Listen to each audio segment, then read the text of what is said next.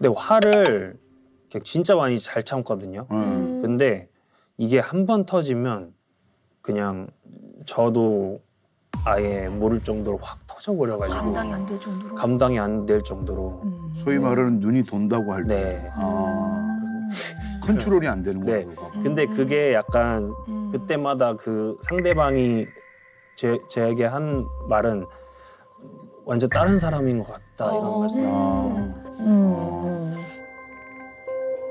아니, 근데 저는 사실 이제 기리보이 씨랑 방송을 몇 번 했었어요. 아, 네. 근데 저는 이제 기리보이 씨를 처음 뵀는데 나는 래퍼계의 마시멜로인 줄 알았어요. 사람이 너무 말랑말랑하고 계속 웃고 계시고 다들 하는 얘기가 아 너무 좋지 이런 얘기를 많이 들어서 우리 네. 기리보이님을 조금 더 잘 이해하기 위해서 네. 좀 그냥 구체적으로 좀 네. 어떤 일들이 있었는지 좀 들어볼까요? 그냥 막 이게 주변 사람들한테도 스윙스 형이란 형이랑 제가 회사를 같이 오래 했는데 그 형이랑 진짜 제일 많이 싸우거든요. 네. 그 형이 한 번 막 저를 물에 빠뜨리려고 하는 거예요. 그 수영장에서 막 회사 사람들끼리 놀았는데. 같이 놀러 갔는데 네. 근데 제가 나중에 들어갈 건데 지금 이렇게 계속 하려고 하는 거예요. 그래서 담배 피다가 담배를 이렇게 순간적으로 담배를 이렇게 순간적으로 이 형 안 볼 생각으로 네, 와 이 사람 진짜 내가 막 어떻게 망하게 하지? 이런 생각 정도로 화를 내요. 그러니까 끝까지. 네. 막 옛날에 그런 적도 있더라고요. 제가 약간 한창 막 쇼미더머니 막 이쯤 처음 했을 사이에 약간의 연예인병 같은 게 있잖아요. 아유 사람들이 생기죠. 아이, 또 네. 유명해졌는데. 네. 그래서 막 사람들 알아보고 막 이런 거 취해 있을 때 그 음. 중고 살기를 당했어요. 네. 근데 이 사람을 어떻게든 이 나라에서 못 살게 하려고 커뮤니티? 전화번호 뿌리고 이 사람 사기꾼이다 하고 근데 그 사람이 나중에 뭐 경찰서 갔다 왔다고 한 5개월 후에 막 저에게 막 얘기하더라고요. 이거 돈 갚겠다 죄송합니다 막 이러면서 근데 그때 세상에서 먹어본 욕 다 먹어봤다. 제가 뿌렸으니까 거기서 욕했나 봐요. 그런 적도 있고. 네. 근데 이게 또 지나고 나면 너무 후회되는 거죠. 네. 그 순간은 또 못 참고. 네, 그 순간은 진짜 못 참고 이제 완전 끝나고 나서도 뭔가 이제 후련한 게 아니라 그냥 찝찝함, 막 심장 계속 두근두근거리고 막 이거 벌벌 떨고 막 식은땀 나고. 네. 와 그런. 뭐가 제일 후회가 되세요? 어떤 점이? 그냥 내가 왜 그랬지? 이런 거. 내가 왜 그랬지? 아, 근데 이 사람 또 다시 뭐 보기 또 민망하다. 이런 것도 있고 상대한테 미안한 마음이 크세요? 아니면 본인에 대한 실망이 크세요? 본인에 대한 실망인 것 같아요. 네. 그러니까 되게 화를 낼 때 화내는 방식들이 있거든요. 물론 네. 이제 한 가지는 아닌데 네. 뭐 소리를 지르는 사람이 있고 물건을 던지는 사람이 있고 욕을 하는 사람이 있고 뭐 대체로 좀 어떻게 화를 내시는 것 같으세요? 어떻게 표현되는 것 같으세요? 차분하게 시작하다가 이게 입이 딱 트이잖아요. 그럼 그때부터 계속 욕이나 뭔가 소리 지르거나 이게 다 되는 것 같아요.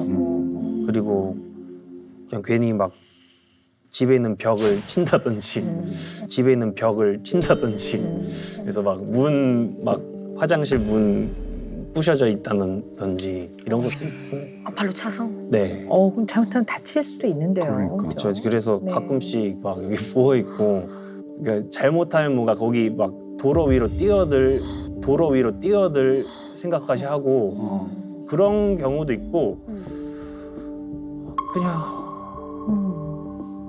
네. 네. 여러분들도 화를 내시죠? 오해받을 때.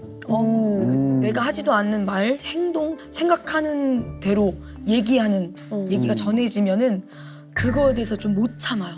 어떻게든 가서 굳이 그냥 아니야, 그거 아니고 나 그런 사람 아니야라는 무조건 얘기해줘야지 그게 안 되면은 막 그걸 못 참고 어떻게든 해결하려고 하고 좀 그런 편인 것 같아요. 네. 저도 오해 때문에 좀 많이 그런 게 있던 것 같아요. 들어볼까요? 네, 뭐 네. 그냥 대학교 때 어떤 선배한테 싸대기를 맞았거든요. 너 왜 뭐 나 아무것도 안 했는데 왜 이렇게 그럼 이유는 뭐예요? 따귀를 때린 이유는? 그냥 제가 좀 건방져 보였나 봐요. 뭔가 눈빛이나 이런 것들이. 그런다고 남의 따기를. 어휴. 그런 적도 있고 또 지금 생각나는 거는 음. 그 막 그런 음악 방송 같은 거에서 그 대기실 같은 데 있잖아요. 그 어떤 분이 들어와가지고 안녕하세요 합니다. 아이씨 갑자기 이러는 거예요. 연전이 되고요?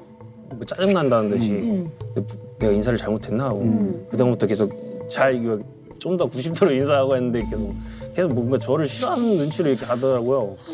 그런 걸 보면 뭔가 내가 문제 있나 내 인상에 이런 생각을 하면서 좀 더 뭔가 더 열심히 하려고 그러고 이런 게 예.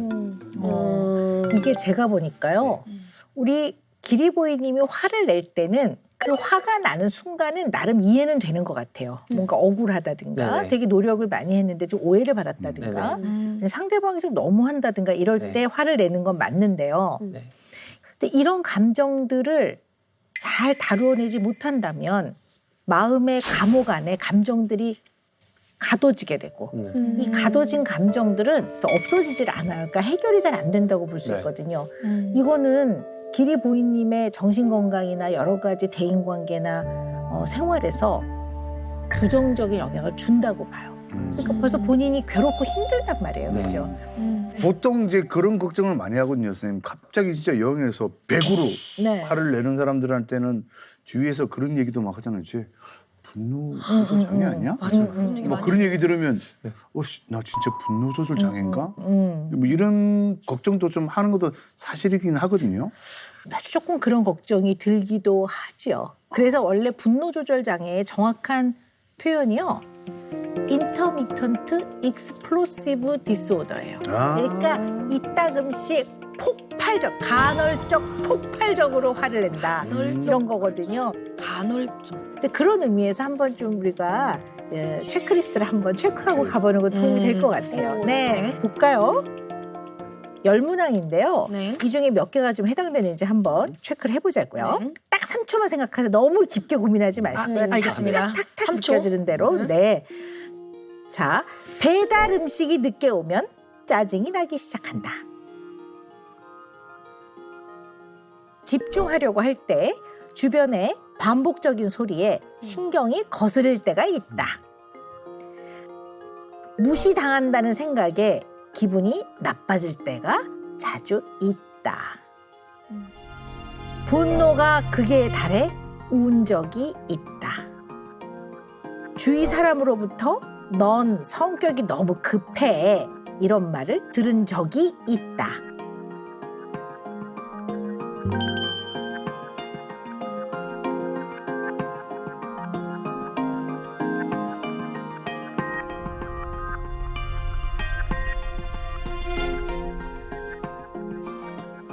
다 몇 개 정도 해당되세요?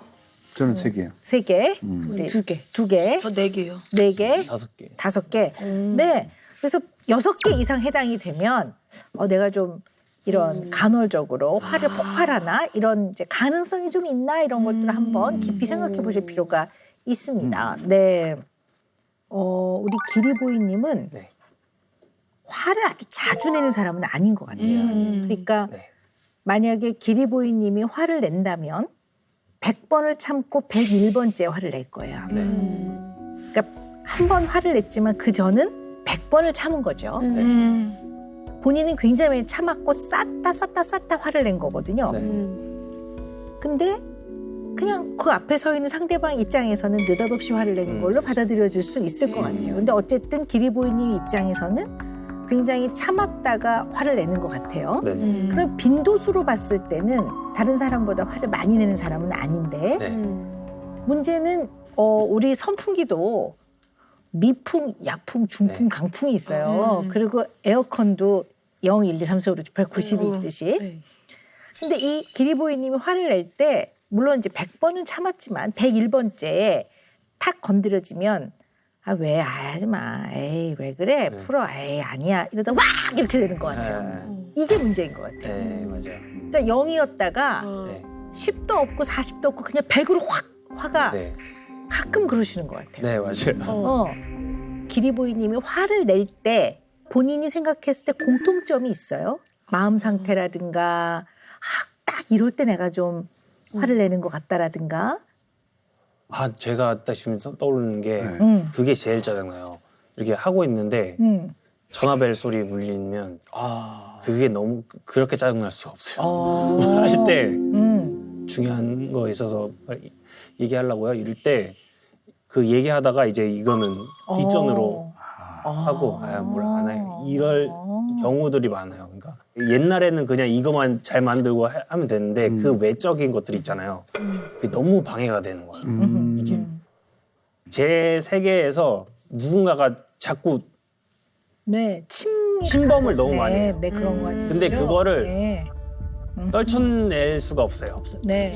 네. 해야 되는 거죠. 그게 진짜 아. 세상에서 제일 짜증나요. 제일 네. 제가 오늘 쭉 들어보니까 기리보이님은 음악에 있어서는 제가 봤을 때 천재성이 있어요. 그리고 이렇게 음악을 하시는 분들은 귀가 예민해요. 그래서 평소에 그냥 음악 작업을 안 할 때는 조금 더 감당을 하지만 음악 작업에 확 몰두돼 있을 때는 소리에 굉장히 예민할 거예요.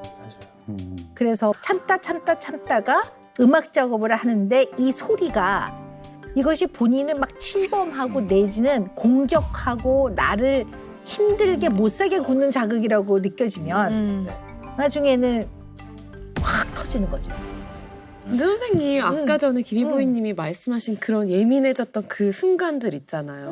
근데 그게 화를 낸다라는 그 사람을 공격하고 막 어떻게 하려고 하는 그런 마음이 아니신 것 같고 이 인물의 마음은 이 상황이 좀 멈췄으면 하는 그런 마음 네. 같아요. 너무 중요한 얘기를 하셨어요. 정말. 왜냐하면 일을 처리해 나가는 과정에서는 절충이라는 게 있어요, 언제나. 근데 그런 것들이 전혀 어떤 절충이 안 되고 가까이 지내는 사람한테 고지가 안 되면 상대는 나쁜 의도를 갖고 있지 않음에도 불구하고 자꾸 그 안전하다고 느끼는 경계에 자꾸 넘어온단 말이에요. 근데 마음을, 감정을 말로 표현하는 것이 익숙하지 않으면요. 일단 몸이 먼저 움직여요. 일단 머리를 쥐어 머리카락 여기 먼저 가죠. 이거 먼저 가. 이거 먼저. 네. 그러니까 우리 기리보이님은 마음을 표현하고 상황을 얘기하고 그다음에 거기에 맞게 안정감을 유지하도록 절충을 하는 게 맞아요. 자, 그런데 그다음부터 문제가 있는 거예요. 이거를 왜 본인이 그렇게 느끼고 요구하는 것을 당연하다고 느끼지 못하는지 네. 그거를 왜 당당하게 얘기하지 못하는지에 대한 걸 들어가 봐야 돼 우리가. 네. 이분은 왜 그럴까 하는 거예요.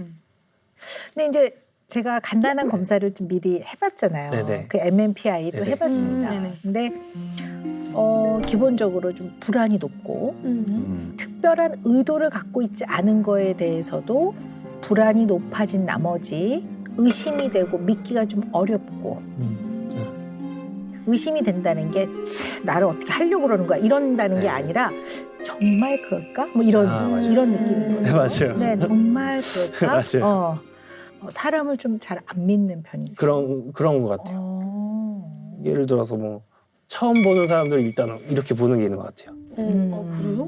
경계하듯이. 약간 그 시청자들이 뭐 그런 거 있잖아요. 뭔가 그런 평가받는 느낌. 네, 그런 느낌도 있고 이렇게 지금 말하는 것도 이렇게 말하는 것도 집에 가면 또 이제 너무 나댔나 사람들이 좀 이렇게 보지 않을까 하고 그리고 그 실제로도 뭔가 이렇게 하다가 유튜브 컨텐츠 같은 거에서 네. 막 완전 편하게 이렇게 할 때가 있어요. 막 이렇게 근데 댓글 달린 거 보면 재밌다 중에 그 하는 거죠. 지금 왜 저래? 왜 저랬는데? 뭐 이런. 그러면 또 후회하고 그걸 이제 더 이상 못 보고 내가 이게 제가 보니까요. 자기 확신이 없는 것 같아요. 그러니까 보통 말하는 당연하지. 내가 이렇게 에너지 소진했으니 나 당연히 좀 쉬어야지. 당연하지가 없고 네. 이러면 이상하게 보지 않을까. 이게 네. 이런 면이 많단 말이에요. 그러니까, 그건 어디서부터 온 것일까? 이런 마음은. 그러니까 제가 그 딱 기억나는 게 있거든요. 제가 어렸을 때는 장기자랑 같은 거 하잖아요. 중학교 때. 그때는 전 뭐 나가가지고 막 노래도 불러보고 춤도 춰보고 했는데 그 버디버디라고 있잖아요. 메신저. 어떤 때에 한 번 그게 왔어요. 야 깝치지 마라고. 어. 그 어떤 그 유명한 그 일진 애들 그 사람인 거예요. 그래서 그때부터 뭔가 아 이거 너무 내가 나대는 건가? 아, 이런 게 계속 생겨요. 그러니까 이거를 또 옛날에 이제 좀 제가 처음 이렇게 확 유명해질 때가 쇼미더머니 3 때 처음으로 그 나갔었어요. 근데 그때는 자신감 있게 살았어요. 그때는. 근데 한 번 딱 꺾어준 그게 그 사진을 찍어주는데 저 팬이에요 해서 아, 네 사진 찍어주세요. 너무 신나가지고 찍고 있는데 옆에서 지나가는 사람이 쟤 뭔데? 쟤 누구야? 이거를 들었어요. 근데 그때 또 확 꺾여버려가지고 그걸 버려야 되는데 그게 계속 남아있어요. 네. 그래서 그러면서 그냥 무서워 모든 것들이. 네. 그래서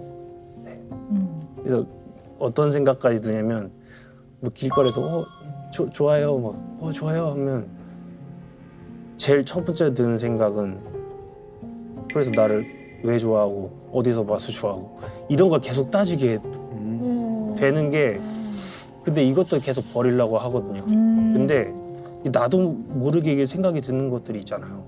와 이거 내가 하고 싶었던 직업이 아닌가라는 생각이 들 때가 있는데 그때 공연을 하는데 어떤 대구에서 하는 공연이었는데 완전 큰 데였는데 하다가 갑자기 무대 위에서 답답한 거예요. 그냥 그때는 뭔지 몰랐는데 이게 공황장애 같은 그런 거였는데 그래서 제가 한 몇 분 동안인지 모르겠는데 가만히 있었어요. 무대 위에서.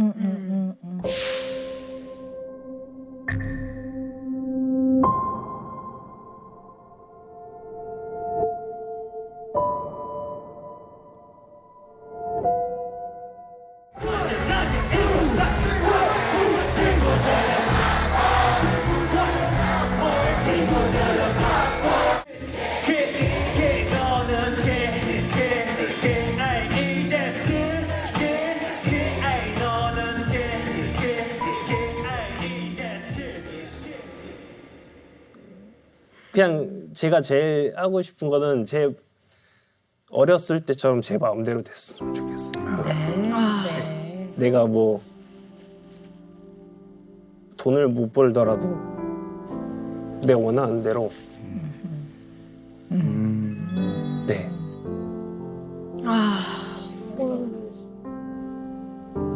그럼 이 내재되어 있던 우리 기리보이 네. 마음속에 있던 뭐 불안이나 네. 의심이 화를 조금 더 촉발시키는 그런 요인이 되는 거죠. 아. 네.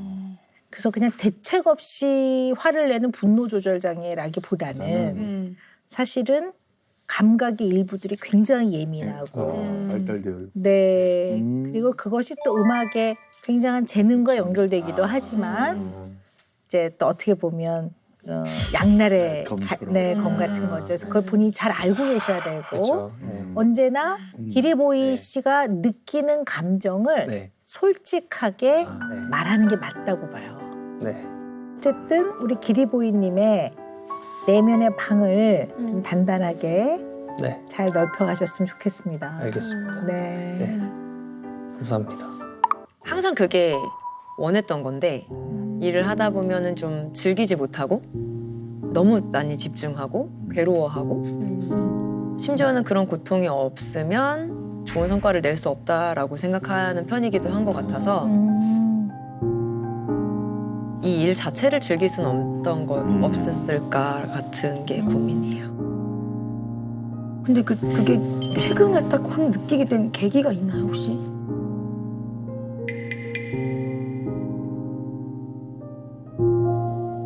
평소에 그런 말을 되게 많이 들었었어요. 언니는 워커홀릭인 것 같아. 뭐 언니 일을 진짜 좋아하는 것 같아. 언니 좀 쉬었으면 좋겠어. 언니 제발 좀 쉬는 날이잖아. 뭐 이런 얘기를 매일 듣다가 저는 진짜로 나는 일이 좋은가 봐라고 생각했는데 그 이제 수우파를 하면서 정말 극한의 상황에 좀 몰아가게 되고 그러면서 저에 대해서 저도 좀 다시 생각하게 된 게 있었거든요. 정말 원하는 바를 이루기 위해서 정말 최선을 다하는구나 나라는 사람이. 그런데 그만큼 좀 잃는 게 많다라는 느낌을 받았었어요. 네. 뭐 다 여기 뭐 나래 씨도 그렇고 윤지 씨도 그렇고 형돈 씨도 다 열심히 일하시는 분들인데 다 프로들이잖아요. 네. 근데 제가 이 세 분한테는 좀 일을 즐기면서 해요. 왜 그래요? 라는 말은 안 하게 될 것 같거든요. 이 세 분한테는. 그러면 좀 궁금한 게 우리 이효리 씨가 이제 그렇게 보셨다면 네.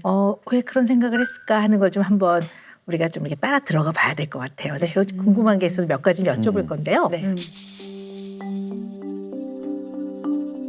우리가 일을 할 때 평소에 이렇게 이완되어 있고 휴식 때와 일할 때는 당연히 다를 수밖에 없어요. 그러니까 뇌 상태도 다르고 몸도 다르고 그러니까 반응도 다를 수밖에 없는데요. 이제 사람마다 이제 그거를 어느 정도 느끼고 어떻게 표현하느냐는 좀 다 다르겠죠. 저도 일하기 전에 긴장을 해요. 긴장을 하는데요. 오 박사님. 네네. 근데 그 긴장이 막 이런 긴장이 아니라 긴장이 딱 되면 평소보다 훨씬 더 잘 기억이 되고 옛날 것도 막 떠오르고 약간 저는 그래요. 그래서 옛날에 시험 볼 때도 왜 주관식 같은 거 세 가지 쓰라고 하잖아요. 그러면 평소에는 세 가지 기억이 나는데 시험장에 딱 들어가면 네 가지가 기억. 그러니까 왜 딱 긴장이 딱 올라갈 때 조금 평소보다 더 막 에너지 충전이 되는 유형이에요, 저는. 그래서 그 긴장감이 저는 싫지는 않아요. 그러니까 그게 뭐 이렇게 스트레스가 돼서 막 이렇게 되지는 약간 않고요. 설레는 것도 있고. 예, 저는 좀 설레요. 저는 이렇게 새로운 일을 뭐 한다 그러면요, 막 와, 막 오, 재밌다 이런 면이 좀 있는데요. 우리 모니카 씨는 뭔가 일을 딱 하기 전에 네. 좀 긴장을 하세요? 이렇게 딱 이렇게 좀 이렇게 긴장하는 거. 네. 좀 작품이 들어가거나 일이 들어왔을 때 스트레스는 아니지만 좀 마음이 약간 답답하게 탁 이렇게 과제가 들어온 느낌이긴 해요. 그래서 전 좀 일을 해결해야 하는 것이라고 좀 느끼는 것 같아요. 해내야 되는 네. 과업 뭐 이렇게. 그러시군요. 그러면 우리 모니카 씨는 그 긴장이 쭉 지속이 되면 좀 예민해지기도 하거든요. 좀 그런 면이 있으신가요? 전 너무 예민해서 이거를 고치고 고치는데 10년 넘게 걸린 것 같아요. 긴장을 하면 너무 예민해져서 실제로 약간 아주 어렸을 때 20대 초반에 이제 입제이랑 같이 무대를 서는 경우에는 이제 너무 경험이 없을 때는 효원이가 언니 힘내자 우리 이러고 무대 직전에 이렇게 포옹을 했는데 제가 밀어냈어요. 신경 쓰인다고. 네, 그래서 효원이가 그럼에도 불구하고 그 저를 이해해줬죠. 우리 립제 뭐. 네, 진짜 애가 이해심이 좋았어서. 네. 근데 이게 아주 친하고 평소의 관계를 통해서 많이 이해하지 않으면 좀 오해할 수 있겠는데요? 어릴 때는 좀 예민해지는 걸 좀 많이 오해를 받았던 것 같아요. 네, 그걸 이제 효원이한테 미안함이 너무 많이 생기면서 제가 이제 그걸 많이 고치려고 엄청 노력했고요. 그래서 이제는 안 그래요. 대신에 말을 한마디도 안 해요. 긴장하면. 네. 그것도 약간 좀 그냥 차라리 밀치는 게 낫죠. 네. 다가가기 어려운데 이게 차라리 안아줬을 때가 좀 나은 것 같기도 하고. 그러면 그 긴장을 어떻게 느끼세요? 내가 좀 긴장했구나 하는 거를 모니카 씨는 어떻게 그거를 알아차리세요? 일단 심장이 굉장히 빨리 뛰고요. 그리고 저도 모르게 밥 먹자고 만난 친구랑 일 얘기를 하게 되고 자연스럽게. 네. 그리고 원래 뭐 그 일이 들어오기 전에 1분 전에는 뭐 만약에 그림을 그리고 있었다 치면 1분 후에는 그 그림이 안 그려져요. 손이 안 잡히는. 네. 그럼 또 궁금한 게 있어요. 그럼 우리 네. 모니카 씨는 네. 잘 쉬기도 하세요? 잘 쉬세요? 못 쉴 것 같아, 왠지. 전 잘 쉬는 편은 확실히 아닌 것 같아요. 되게 노력해요. 쉬는 것도. 그러세요? 네. 쉴 때 어떻게 쉬어야 잘 쉬는지를 노력해요. 어떻게 예를 들어서 딱 하루 쉬었어. 네. 네. 진짜 아무 일도 없어요. 네. 뭐 하세요?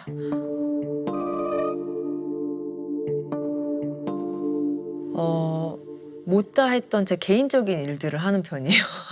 또 해요? 제 개인적으로 뭘? 하고 싶었던 일, 뭐 대청소 어머. 이런 거를 또 하고. 아니, 쉬는 날이잖아. 네. 어머. 뭐 배우러 가고 싶었던 어머. 배우러 가고 뭐 이런 느낌이에요. 또 그냥 온전히 매트리스 위에나 소파 위에서 이렇게 그런 날이 가끔 있는데 그럴 땐 진짜 맘 먹고 자야 되겠다라고 계획을 하고 자요. 그러면 한 48시간 뭐 이렇게 자요. 맘먹어야지 8시간을 자요? 48시간을 자요. 48시간이요? 48시간을 자요. 48시간이요? 거의 이틀 3일을 침대에서 절대 일어나지 아니 않아요. 근데 48시간 중간에 배 안 고파요? 고픈 걸 참고 자거나 진짜 딱 30분 만에 먹고 바로 자요. 근데 그거는 쉬는 거라기보다는 네. 아프기 바로 직전 아니에요? 아니 뭐 아프기 바로 직전에 몸에서 이제 신호가 와서 네. 이거 안 쉬면 큰일 나겠다 할 때의 마음을 이렇게 먹으시는 거 아니에요? 그런 걸까요? 아프다는 생각으로 자진 않는데요. 아, 오늘은 진짜 아무것도 안 해야 되겠다라는 생각을 했다. 그럼 그 약속을 지키기 위해서 철저히 아무것도 안 하는데, 자다가 깼어요. 그럼 자연스럽게 다른 걸 해도 되는데 그걸 용납하지 않고 난 오늘 자기로 했으니까 더 잘. 나와의 약속. 네. 그걸 해서 계속 자요. 본인한테 되게 엄격하신 스타일인 거 좀 그렇다고 그러더라고요, 친구들도. 아니 제가 왜 이제 이런저런 걸 좀 여쭤봤냐 하면요, 우리 또 모니카 씨가 좀 어떤 특성이 있는지를 좀 한번 파악해 보려고 여러 가지 네네네. 여쭤봤습니다. 네. 사람을요, 네. 관계지향적인 사람과 성취지향적인 사람으로 조금 나눠볼 수는 있어요. 이렇게 딱 나눌 수는 없지만 네. 대략 내가 좀 어떤 특성이 있나 이런 걸 좀 생각해 본다면 일상생활의 삶에 좀 도움이 많이 되죠. 그래서 나도 성취지향적인 사람인가? 이렇게 한번 생각해 보는 거예요. 네. 쉬는 것보다 힘들게 일한 후에 성취감과 행복감이 크다. 해당되는지 잘 보세요. 말을 간결하게 하는 편이다. 목표 달성을 위해서라면 자신이 악역을 자처하기도 한다. 내가 하면 뭔가 다르다라는 자신감이 있다. 다른 사람들이 잘못한 일에 대해 지적하고 고치고 싶다. 시간을 허투루 쓰는 사람은 나태하다고 생각한다. 노력은 배신하지 않는다고 생각한다. 네, 7문항인데요. 뭐 일반적으로 7가지 중에서 5가지 이상 해당이 되면 성취지향적인 거에서 극 성취지향적인 사람, 극 이렇게 봅니다. 뭐 우리 모니카 씨는 몇 개나 해당되세요? 저는 솔직하게 했거든요, 진짜. 네. 아니야. 얘는 뒷발이고 얘는 앞발이잖아. 야, 대칭으로 그냥 바깥발이 둘 다 앞으로 나오든 바깥발이 둘 다 뒤로 가면 되는데 왜 양보 안 하고 하나로 맞춰? 완성도 떨어지면 의미고 안무고 개인 기량이고 뭐고 꼴찌야. 그래서 우리가 오늘 꼴찌야, 나는.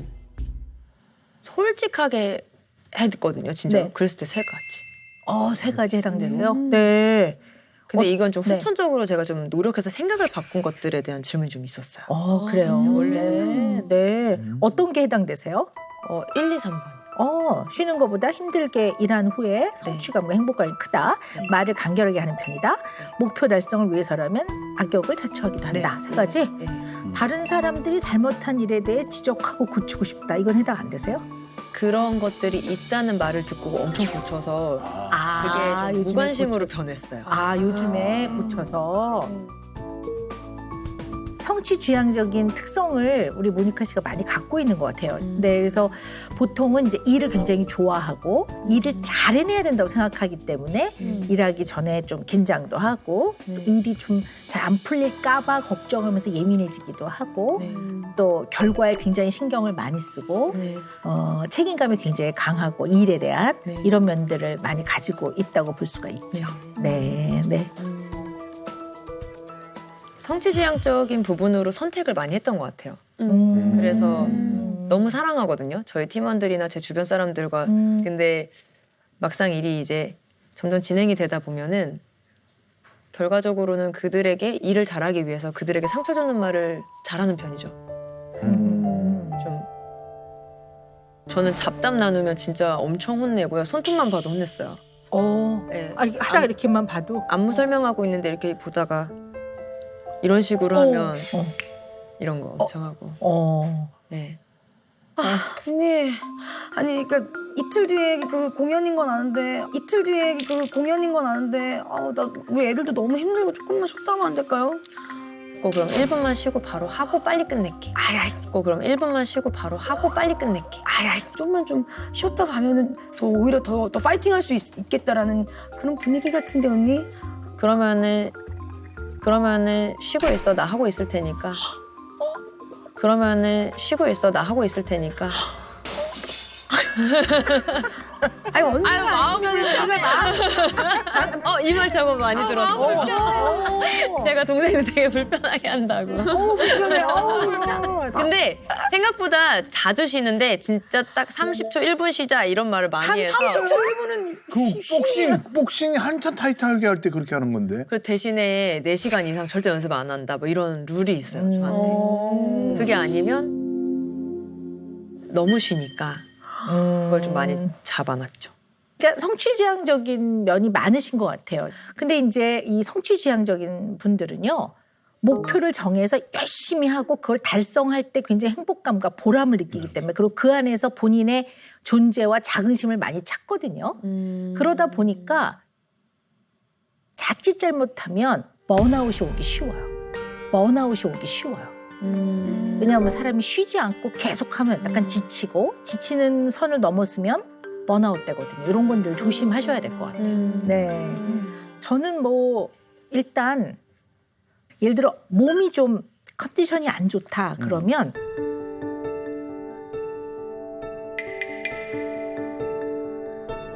제가 엄청 더위를 많이 타는 사람이잖아요. 그래서 겨울에도 반팔 잘 입고 다니는데 한 1년에 한 번 정도 약간 한기를 춥다고 느끼는데요. 그러면 이 컨디션이 굉장히 안 좋은 날이에요. 그날은 쉬어야 돼요, 제가. 혹시 그런 적이 있으세요? 번아웃 되거나 그런 적이? 네, 번아웃은 항상 오고요. 네. 그게 되게 길게 왔던 때도 있었던 것 같고요. 근데 원인을 잘 모르겠는데 그런 적이 되게 많았고 번아웃이면 번아웃이 왔습니다라고 주변한테 알리는 정도예요. 일을 할 수 없다라는. 네, 제가 아무것도 하기 싫어한다는 걸 인지하죠. 근데 이때 뭔가를 억지로 하려고 노력하면 더 이제 저 스스로한테 스트레스가 된다는 걸 알아서 어느 순간부터는 그냥 번아웃이 오면 아무것도 안 하는 시간이 생겼어요. 그게 이제 잠자는 시간이에요. 잠만 48시간? 뭐 그럴 때도 있고 사실은 그 진짜 힘들었던 시기가 있었는데 일 다 끝내고 거의 뭐 저한테는 그게 좀 되게 힘든 일이었어요. 홍콩 다녀왔을 때인데 콘서트 투어가 좀 있었어서 근데 그때 하루도 빠짐없이 매일 공연을 했었어야 되는데 댄서가 40분 정도를 무대에서 있었어야 됐어요. 근데 이제 그게 너무 긴장이 너무 오래되는 거예요. 그거를 한 달 정도 계속 끊임없이 겪다 보니까 제가 너무 힘들더라고요. 그 긴장감을 계속 갖고 있어야 되니까.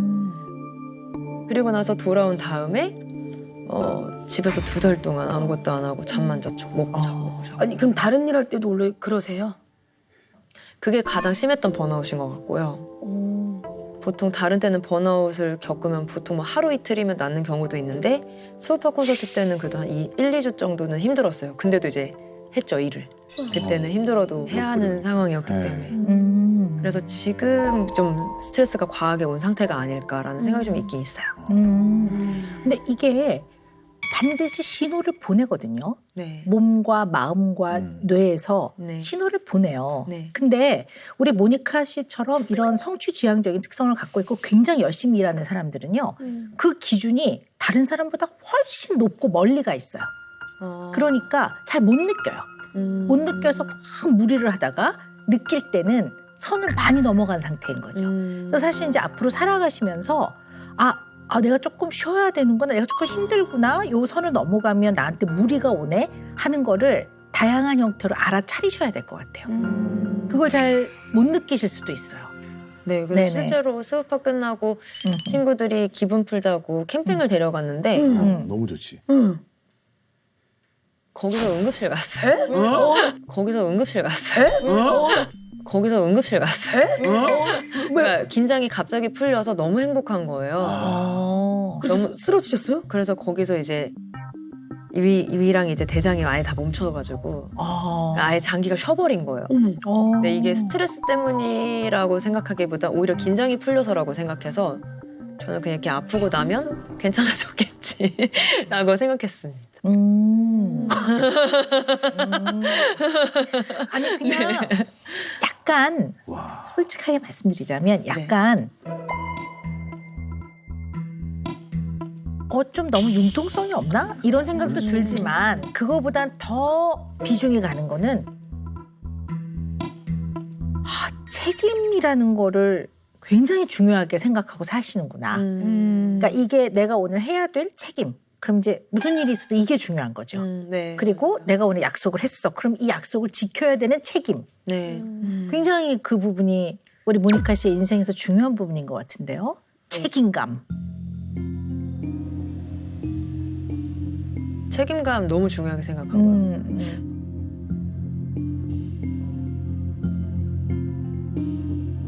좀 많이 뭔가가 되게 무서워요. 왜 뭐가 무섭지? 네, 그걸 잘 모르겠어요. 뭔가 되게 무서워요. 혼자가 될까봐 같은 느낌? 네.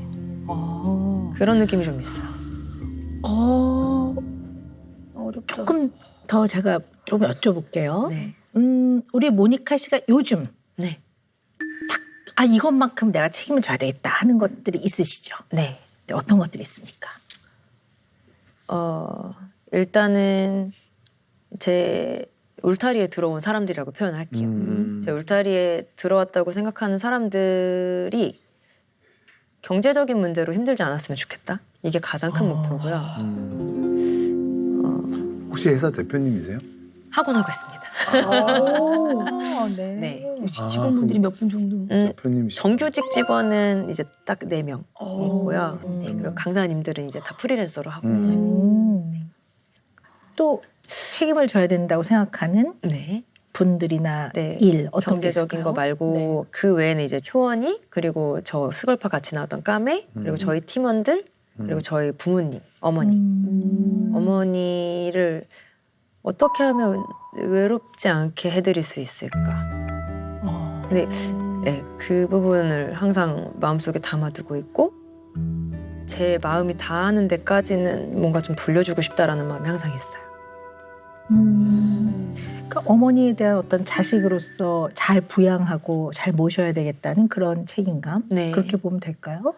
네, 네. 근데 그 부양의 책임을 좀 본능적으로 하고 싶지 않고 그러니까 자식이니까 부모님을 당연히 잘해드려야지를 좀 넘어서고 싶은데 그렇게까지만 될까봐 항상 걱정하는 것 같아요. 그냥 명분으로 내가 자식이니까 할게 이거 이상으로 잘해드리고 싶어요.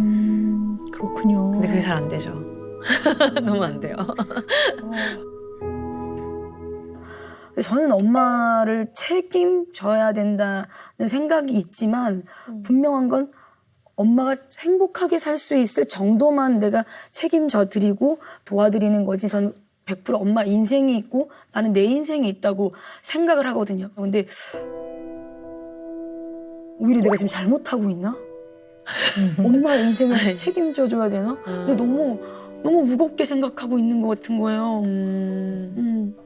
그렇죠. 근데 이게 제가 외동딸이거든요.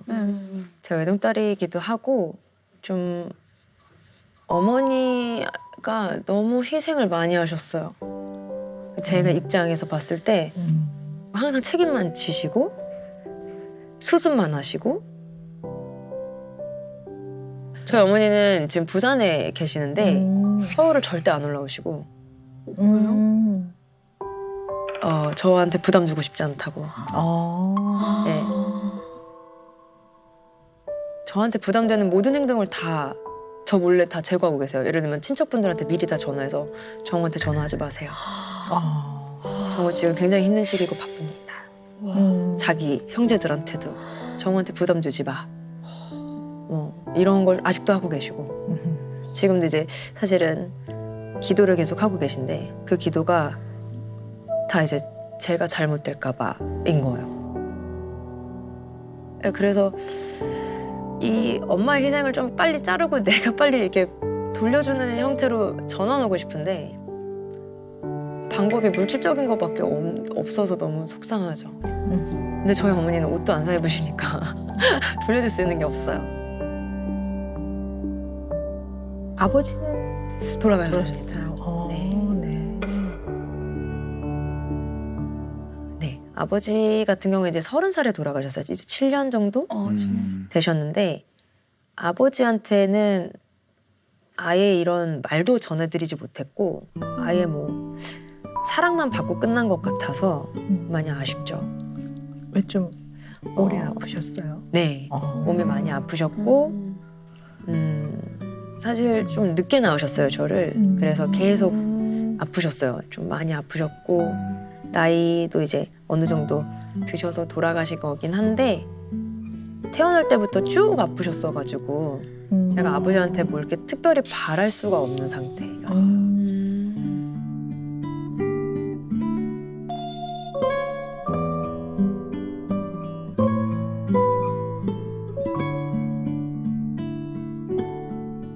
아버지는 막연한 그리움의 대상이고 정말 그리우신 것 같아요. 근데 아버지하고 실질적인 경험이 많지 않으셨던 것 같아요. 네, 아버지랑 아예 외식도 안 해봤어요. 같이 손잡고 걸어본 적이 없어서 네, 네, 그래서 궁금하긴 해요. 네, 아버지랑 밥 먹는 게 뭔지. 네. 굉장히 중요한 부분인 것 같아요. 모니카 씨를 이해해 보는데요. 우리 한번 이런 생각을 해보자고요. 자식 입장에서 태어났어요. 네. 그러면 부모가 세상에서 제일 좋죠. 그렇죠. 그게 본능이거든요. 제일 좋은데 이 아버지가 아프셔. 아주 어렸을 때부터 아프셔. 근데 아빠 뭐 이렇게 하려면 야야야 아빠 아프셔. 그러니까 아빠를 세상에서 좋고 좋아하지만 그렇게 실질적으로 가서 뭘 얘기를 할 시간도 없고 같이 뭘 놀아본 기억도 많지 않고 이 아빠는 그냥 이렇게 개념적으로 되게 좋은데 그러나 내가 귀찮게 해드려서 더 아파지실까 봐 뭘 요구할 수가 없어요. 요구할 수도 없고 그러나 당연히 받아야 되는 사랑이 안 올 때 생기는 그 공백이 있어요. 이 공백은 외로움이에요. 외로움이에요. 너무 외롭다고요. 그러니까 아버지와의 관계에서의 그 구멍, 외로움이 있을 가능성이 있어요.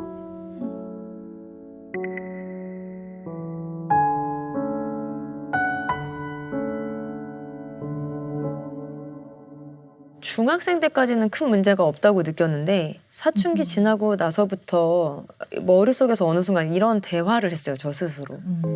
우리 집은 특이한 게 아니야. 특별한 거야. 이렇게 생각을 했어요. 저희 집의 어떤 그런 어두운 부분들을 좀 밝게 표현하려고 노력했고 저희 집이 굉장히 뭔가 힘들다라는 것처럼 보이지 않게 하기 위해서 되게 노력을 많이 했던 것 같아요. 그럼에도 불구하고 숨기진 않았어요. 친구들한테. 뭔가 당당해야 된다고 생각했어요. 그래야 어머니 아버지가 슬퍼하지 않을 것이다. 또 고등학생 때는 이제 어머니 아버님이 이제 저를 직접 케어하실 수가 없어서 외할머니가 키워주셨는데 외할머니도 일을 나가셨었어요. 그래서 이제 학교를 혼자 갔었어야 했는데 그때는 그게 왜 그랬는지 몰랐고 그냥 제가 게으르다고 생각했어요.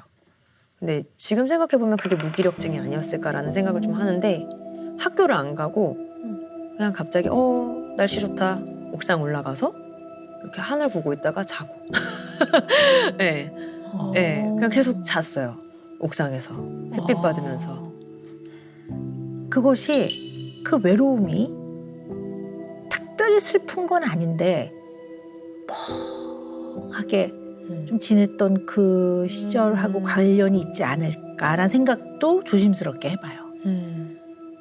근데 그 외로움이 아버지 때문에 왔다고는 좀 생각을 안 했던 것 같아요. 오히려 아버지를 외롭게 했고 어머니를 외롭게 한 게 나였을 것 같다라는 생각을 했던 것 같아요. 네. 부모님이 저를 외롭게 만들었을 거라는 생각은 안 해봤어요. 결국 그게 죄책감하고 자꾸 연결이 되는 것 같아요. 네. 그러니까 오히려 내가 그분들을 외롭게 해드리지 않았나라는 죄책감으로 다가오기 때문에 네. 이게 뭔가 모니카 씨한테 책임은 사랑이고 그럼 누군가를 좋아하기 시작하면 좀 책임져 줘야 되는 거 아닌가 슬슬 발동에 걸렸다가 그 사람을 좋아하고 더 많이 사랑하게 되면 더 책임을 지려고 하고 그러면 어떤 생각이 드냐 하면 사랑이 더 많아질수록 책임감은 더 무거워지는 거잖아요. 네. 그거 좀 힘들지 않을까? 너무 힘들어요. 네, 힘들어요. 그러네요. 그래서 좀 약간 관계마다 거리를 되게 디테일하게 두는 편이에요. 너무 다 사랑하는데 여기서 더 사랑해지면 그러니까 쉽게 말하면 립제이 같은 존재를 많이 만들고 싶지 않아요. 내가 책임져야 될. 네. 실제로 효원이나 이제 아라 같은 경우 이제 그 친구들 같은 경우에는 제가 선택한 사람들이에요. 제가 친구가 되자 이렇게 손을 내밀고 까메라는 그 댄서도 춤을 그만뒀었던 친구인데요. 같이 팀하자 언니랑 계속 같이 춤추자 이래서 제가 선택한 애들이고 프라우드먼 동생들은 그 동생들이 저를 선택한 거예요. 그런 차이가 있는데 그래서 그런지 제가 선택한 이 효원이와 립제이와 까메라는 친구는 저한테 엄청 안정감을 줘요. 네. 이 친구들이라면 내 전 재산을 다 줘도 괜찮다라는 생각이 들 정도로.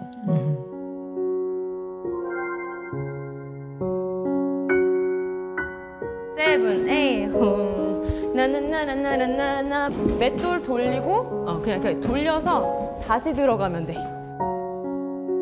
그냥 사랑은 나누면 되거든요. 그냥 사랑을 주고 사랑을 받으면 되지 꼭 책임을 다 져야 되는 형태만 있는 거는 아니니까요. 나누는 게 뭘까요? 사랑을 나눈다는 거? 저도 궁금해요. 네. 저도 이렇게 모니카 씨랑 비슷하게 어머님이 오래 편찮으셨고 아버님이랑도 그 여행 가본 기억이 없거든요. 네. 사랑을 나눈다는 게 어떤 의미인지. 네. 사랑을 나눈다. 네. 네. 여러 가지가 있죠. 뭐 말씀하신 대로 자식으로서 봉양하는 면도 들어가죠. 근데 아마 제일 중요한 게 마음을 나누는 걸 겁니다. 마음을. 우리 모니카 씨가 마음이 따뜻한 사람이에요. 왜냐하면 리더 역할을 하는 거 보면 그런 사람인데 그러나 중요한 대상과 또는 타인과 마음을 나눠본 경험이 많지 않으신 것 같아요. 마음을. 제 감정을 나눴던 적이 없었던 것 같아요. 아무하고도. 그래서 효원이가 옛날에 스우파 한창 할 때는 갑자기 언니는 나랑 무슨 관계야? 이랬어요. 그래서 제가 왜 무슨 관계인 것 같아서 물어보는 거야? 이러면서 나 언니랑 비즈니스 관계야 진짜? 모니카 씨는 무슨 관계라고 얘기해 주셨어요?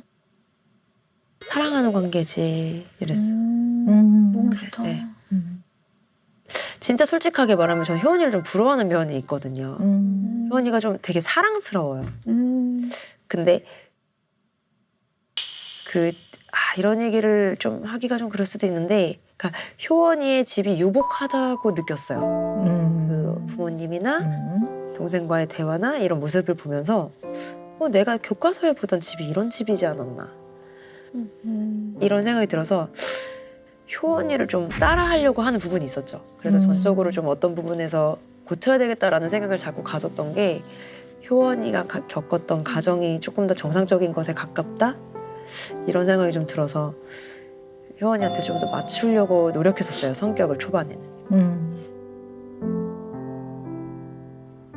우리 모니카 씨가 채워져야 되는 부분이 뭔가라고 생각해 보면 정서적인 소통과 교감의 경험이 굉장히 부족하셨던 것 같아요. 그러니까 마음을 보이지 않는 형체가 없는 마음을 표현하고 듣고 나누고 아 그랬어 받아들이고 뭐 이러는 기회가 너무 없으셨기 때문에 내가 이 후배를 아끼면 책임감 있게 이 오늘의 미션을 완수해서 얘가 좀 더 실수 안 하고 춤을 출 수 있게 하는 것만이 이 후배를 사랑하는 거라고 생각을 하시니까 이 후배가 너무 힘들어 언니 그러면 우린 더 열심히 해야 돼 막 이렇게 나오지 이 마음 아 그래 힘들어 얼마나 많이 좀 쉬는 게 그 마음에 도움이 될까 이런 소통이 너무 생소하시고 해본 경험이 없으실 것 같아요.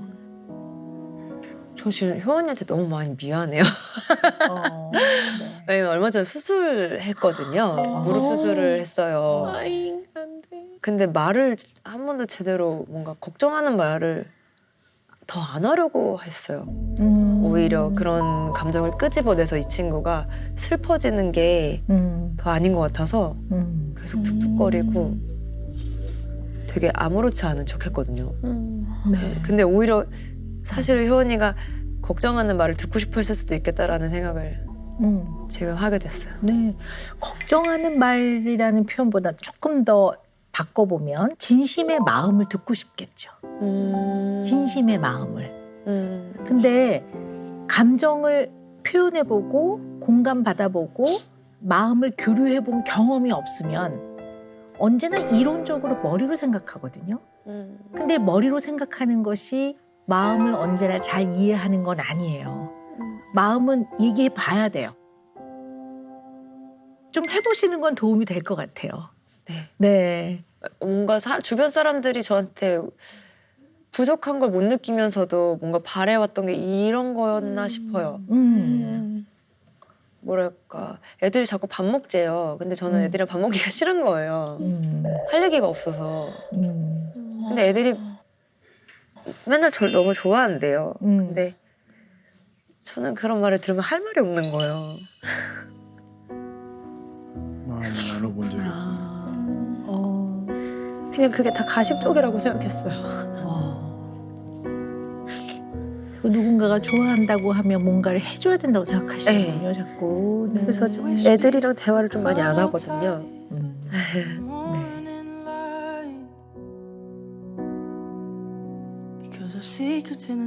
근데 오늘 이렇게 시간을 좀 보내보셨는데 누군가가 우리 모니카 씨를 좋아한다고 하면 이전에는 다 가식이라고 생각이 되셨다면 지금은 조금 생각이 바뀌셨어요? 그래서 이렇게 눈물이 나는 것 같아요. 미안해서. 네. 그러시군요. 네. 죄송합니다. 아니에요. 아니에요. 오늘 감정을 표현한 걸 또 그러니까요. 죄송하다고.